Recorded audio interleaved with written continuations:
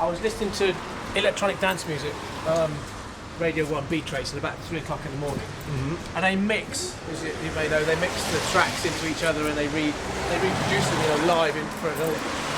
I thought if I can mix the way, when they're mixing live, if I can mix in the same way, because it's mixing paints. So I'd have some music going really loud and then just, paint to it, either to the beat or to something. It kind of developed on from there. Painting is very, especially growing up from school, you have musicians who went off and did things and they played this, and everyone would get involved, whereas painting, you go and sit in your room and paint, and it was a bit boring, really. No kind of adrenaline.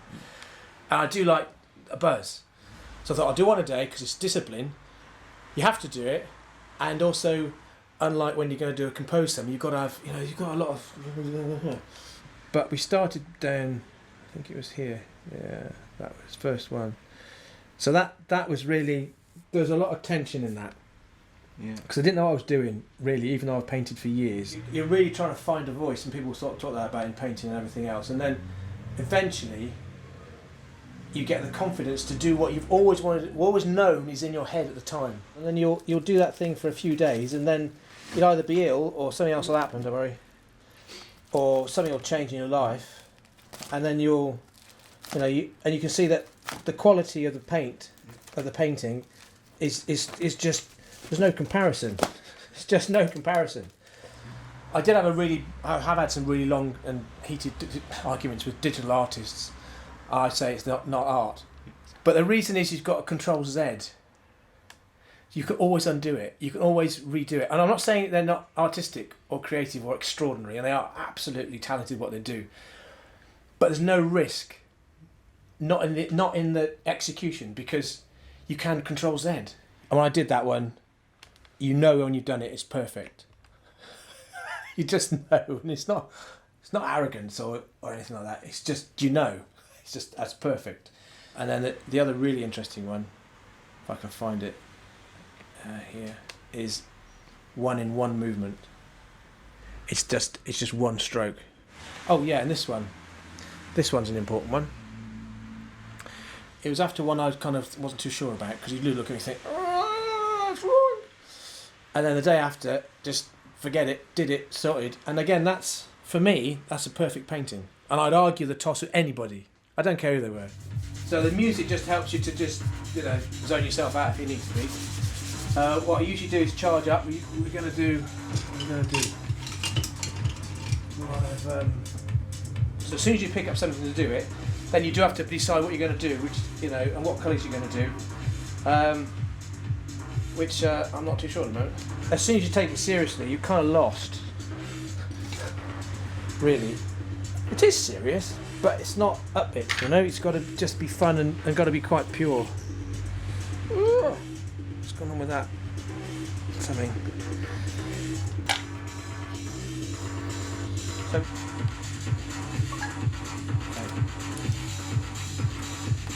And a long time I wasn't doing this, but it just changes the way you do things. I think it's also funny. I've taken that out, and now I don't really want it.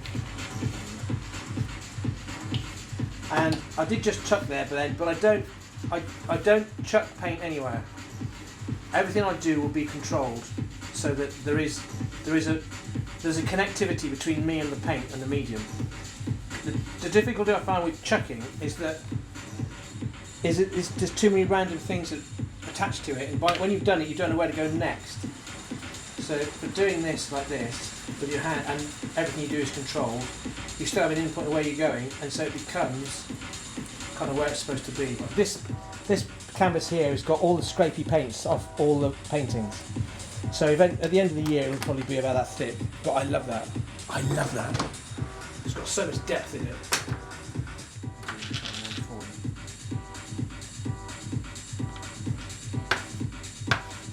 I'm still in this sort of using that technique which you've seen in the window this morning, not this morning, just a minute ago. Right.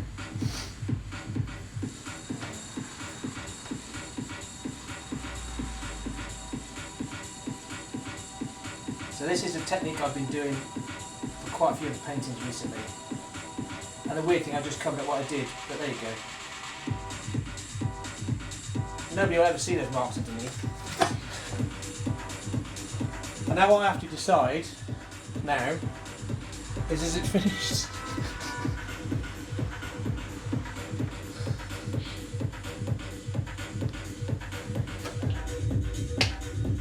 .407. If I don't hurry up, it'll be, you know, I'll be off. Right. That's not quite right, is it?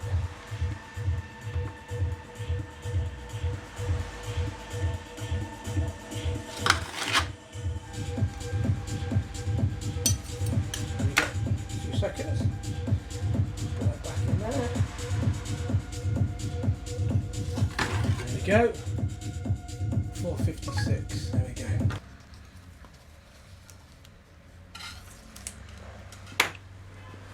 That goes onto that piece of paper there.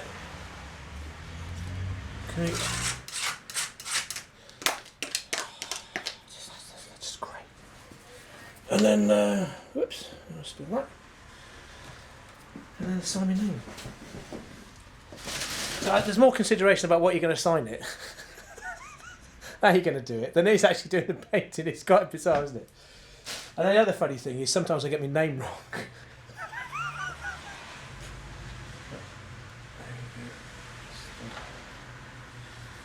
I'm going to do it that way. It's a little one. That's the wrong colour. And that's the other thing this teaches you, is you've got to really listen to your intuition. Because I just thought it's the wrong colour. It's got to be this now. Whatever you do, and even though it's random, it has to be right. Because you won't, your muscles and everything else that are connected to it won't flow correctly. If you don't follow that intuition, it's not right. So if you understand a process rather than understanding a memory or a thing, then if you want to recreate it, you have the process which will then create stuff. So you do that instantaneously rather than picking back into your mind, oh, well, this is a memory of something else. If you forget your memory and just use process, you will always then get something fresh. The freeing up of your mind to do this, whether you think you're artistic or not, is quite amazing. We were sat at the bar saying, what is art, which is the ultimate question, isn't it? You know.